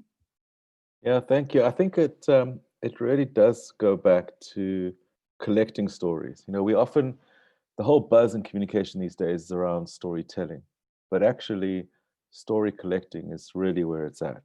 And I'm an anthropologist. That's what I studied. And I think, and this is the point that Lavoya was making, is that people are the best, they're the most knowledgeable about their cities, the municipalities, their informal settlements. They know what's going on, they know what they need, whether it's water, sanitation, etc. And so we need to trust people, and we can always fit their stories and their needs, what's in it for them. We can fit that into the IUDF or any policy. That's easy for us to do, rather than try and bring the policy and squeeze it downwards to fit a lived reality. So let's go and collect stories, or let's do more of these exercises like we saw earlier, where we're using art to collect stories. I think that's really powerful. It teaches us to listen, teaches us to actually go out of our comfort zones and to hear what's really going on for people that maybe are not like us, that don't sound like us, talk like us, or certainly don't live like us. And the second point I wanted to mention, which is something that you sparked in me, is this idea of the narrative of the city. Because as I travel around South Africa, I see more and more people moving from the countryside to the city. There's this narrative that the city is still the place of gold, the place where you can reach your dreams. And people are living in some terrible conditions in cities in South Africa. And I wonder if we looked at the greater narrative around the countryside, the rural area, the rural lifestyle versus the city lifestyle, would we be able to do away with some of the push factors that push people to live in absolute squalor in cities in Cape Town, Durban, Johannesburg? I can't believe that their lives are any better. And so the narrative of the city needs to be examined. Is it really the place where your dreams are reached? Is it really the place where your best life can be lived? I think that's something that can be looked at. And then lastly, the brands of the cities. You know, you think of New York City as a certain brand unto itself, and actually the people that visit it, the tourists, the dwellers, they're the storytellers of these cities, which you alluded to earlier. So what are the brands that our different cities have? You know, when we speak about Nelson Mandela Bay Municipality versus Cape Town versus Jersey, each of these are also brands. So there's a narrative around cities and urban centers themselves and the kind of lifestyle we can live there. And then there's a brand around particular unique cities in South Africa or all over Africa and what that entails. And through those narratives and brand stories will attract people, repel people. And those have real implications on how much these cities and their municipalities can handle in terms of number of people moving there, the water delivery, all kinds of service delivery. So for me, it's around two pieces. One is reaching out to the individuals, collecting their stories, seeing people as anthropologists in their own right. And there are a couple of very, very interesting projects that can be done where you send people out to collect stories of their daily lives using cameras or cell phones. And the second piece is the larger level of around the narratives that comes into play when it comes to cities themselves and what they stand for, what they signify, and the effects of those. So I think I'll leave it at that. And thank you for having me on the panel. Thank you, Stuart. There's a whole debate we could have about the migration part of it. So let's not start that. It will. Spare, your concluding thoughts. We are running out of time. Yeah. Okay. So, it's just my concluding thoughts. Like, I really want to take it back to this point about going to where the people are, and going to where the people are, not just in terms of physically going where the people are, but how we conceive processes, how we design processes, and how we implement processes as well. It's this concept or idea of people at the center really coming into reality, where it's no longer just philosophical and something that exists somewhere in the ethers, but something that's really real. That will generate some authenticity around the things we do in a way that people can feel that they relate. Because currently how people receive what we do, I think it's also related to this aspect of eroded trust between people and their governments. And so how do you begin to engage with that from a communications perspective, not just to superficially change people's minds about government, but to really embody the understanding that what we do is ultimately for people. It's ultimately so that people can access well-being and that they can have sustainable livelihoods. And I think just tied to what Stuart has very aptly and succinctly said about issues of narratives and brands that cities build around themselves, we're finding that in the post-colonial project in Africa, cities remain, their conceptions remain very Eurocentric, and just automatically the people that you find in cities, the people that are what make cities are automatically thrown out as antithetical to the vision of what the city is. And so that informs how we engage, that informs participatory processes, that informs our posture as practitioners, as officials, as technocrats in engagement processes. And again, that aspect of an inherent elitism, even though an individual official or practitioner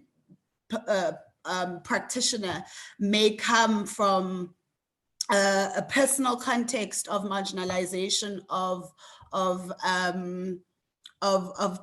being disadvantaged. They come into the institution and they begin to embody the elitism and the very conceptions of the institution as something that if they were just the man on the street, it might engage with them as antithetical. And so how do we begin to shift that tide? And it's always a tension for me of, do you raise the whole thing to the ground or start again? In, you know, like this raging conversation about, do you reform, do you abolish, do you completely dismantle and start again? So, and it's something that remains unresolved for me, is how do you work with the system that you currently have, and in which we are all bound, in which we all work, and despite what context we're coming from, how do we shift these systems, change these systems, and is it possible to change them by components so that they work for the people that they're supposed to work for, and they don't continue to be at odds with the people. And I think I want to reflect just a little bit on what we're seeing on our continent currently, coming out of Nigeria, a government at odds with its own civil society. And you might think, what does that have to do with communicating the urban agenda? I think for me, it speaks directly to what I've said about the post-colonial project, how it sees people and how it dehumanizes. And I think that also goes into how we then communicate policy, how we think about policy, the people and the cities that we think we're planning for. To what extent do they resonate with who people are and the people that we have in our cities, or do they exist conceptually, philosophically, and in every possible way somewhere in Europe or the West, and they are African just by virtue of their geographical location? And that has a big that has big implications for how we see communications and how we communicate. And that's just, yeah, a parting shot for me, the need to really decolonize how we think. And how do you decolonize city practice? How do you empower the decolonially minded city practitioner? And even in terms of like school curricula, which is something that I think Usiwe and Makungu had begun to unpack, and how do you how you teach, seed that decolonial thinking and support that decolonial thinking, and what are its limits really? Because again, as I said, we can be decolonial, we can come from previously disadvantaged contexts, and then we enter institutions and begin to embody the power dynamics and the relations that they have with people out there. So I don't know. I would like to leave it at that, to say that it's something that remains even unresolved for me. And I don't necessarily see it as a problem, but something that we should all take with us to think about. How do you advance a different kind of practice and a different kind of attitude in a way that can start to change the system in which we work? And does it require a complete overhaul? And I want us to reflect on that, not just in terms of what we're seeing in cities, and about just in terms of our region, our continent, and the developments that we're seeing. Is this working? Is this how we want to proceed, and what forms of rupture are there, and what can we harness and take with us to just have, I feel a deep need for just a completely different way of doing, a completely different way of thinking. And I'm not convinced that what we currently have can stand and can even be toggled with. And if I'm leaving us on a negative note, I wouldn't like to think of it that way, but yeah, I would like us to really engage with, is it possible to toggle with what we currently have in order to get what we say we want? Yeah, that would be my parting shot. Spare, that's a mouthful. It just shows the importance of continuous engagement, the need for us to continue to hold these sessions and just try and deal with these issues. And you know, and at the end of it all, we might arrive at a very different conclusion to what we thought, you know, starting the journey. So I don't think you are leaving us on a positive note. I think you are leaving us with food for thought, and yeah, it's quite interesting.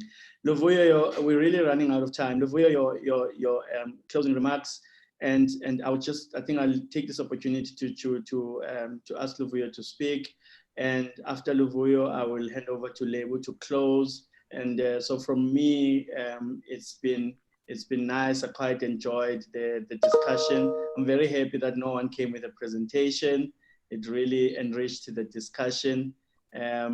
Luvuyo, over to you, and goodbye from me. So Lebo, you'll take over once Luvuyo has concluded his remarks. Thank you, Nedos. And yeah, thanks everyone for the insightful conversation. The last point, I think, is just one or 2 points I'd like to make is, out of all this conversation, I think the key for me, the main takeout, is that when we do communicate, it does actually include listening and more listening. It can be a top-down approach. And when we do listen, we must listen with the ability to change a course. And if we're not willing to change course, then we're wasting people's time. Initiatives that do not align with the civics usually fail if they don't align with their priorities. So I said this earlier, that we need to understand what are the pressing issues in that community. And it might mean that this specific initiative we're bringing on needs to take a back seat so that other things need to happen in between that. So, and I know it goes against the public spending and the KPIs and all of that jazz, but honestly speaking, we've noticed that initiatives that do not align with the civics priorities often do not succeed. And someone mentioned this earlier, that we should not just mine ideas, extracting ideas from the public. We need to be empowering and capacitating.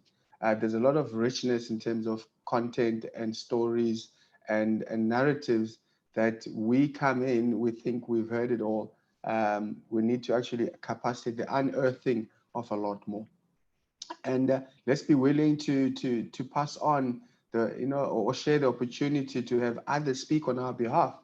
There's nothing more credible than third-party endorsement. Everyone knows that from PR 101. If others are starting to speak on our behalf, on our message, all the better. We can step back, because communities typically have leaders and representatives that they trust more than they trust the government.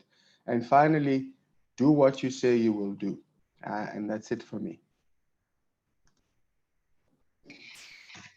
Thank you, Luvuyo, for those closing remarks. And I mean, you know, I think from all the panelists, you've all said some very inspiring things and left us with a lot to think about. And I mean, I'm sure you've all seen the poll results that during this pandemic, there's actually been an increased level of engagement from civilians. So I think for me, that gives a bit of hope that, you know, we can leverage from people being engaged and sort of build from this. And what do we do with this information? You know, people are saying we are engaged, we are listening.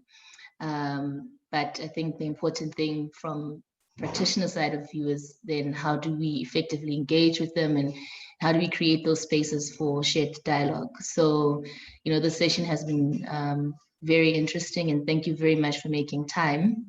And I know we're a little bit over the time, but we do also have a mural board.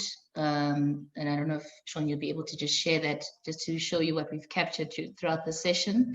And for all the attendees on the call, we also have a survey that we've dropped on the chat that you can fill in there just to give us your feedback on what the session has been like for you.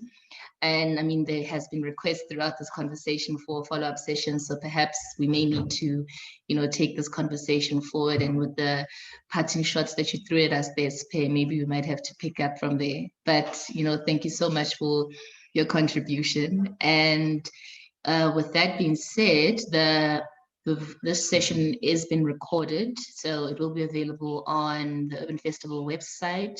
We'll drop a link on the chat box if you haven't been to the Urban Festival website, but also on South African Cities Network YouTube channel. You can always catch up on all the previous sessions throughout the month of October. As I said at the beginning, that this is day 21, so there's at least one more week left for you to, you know, register in the different sessions that we're hosting. Very insightful conversations happening throughout the month of October. And we hope that this session has been useful and meaningful for all of you. And with that, I would like to set people free so that they can go have their lunch. If you haven't had your lunch, you know, we thank you kindly for your patience. And thank you very much, everyone. Enjoy the rest of your day. Bye.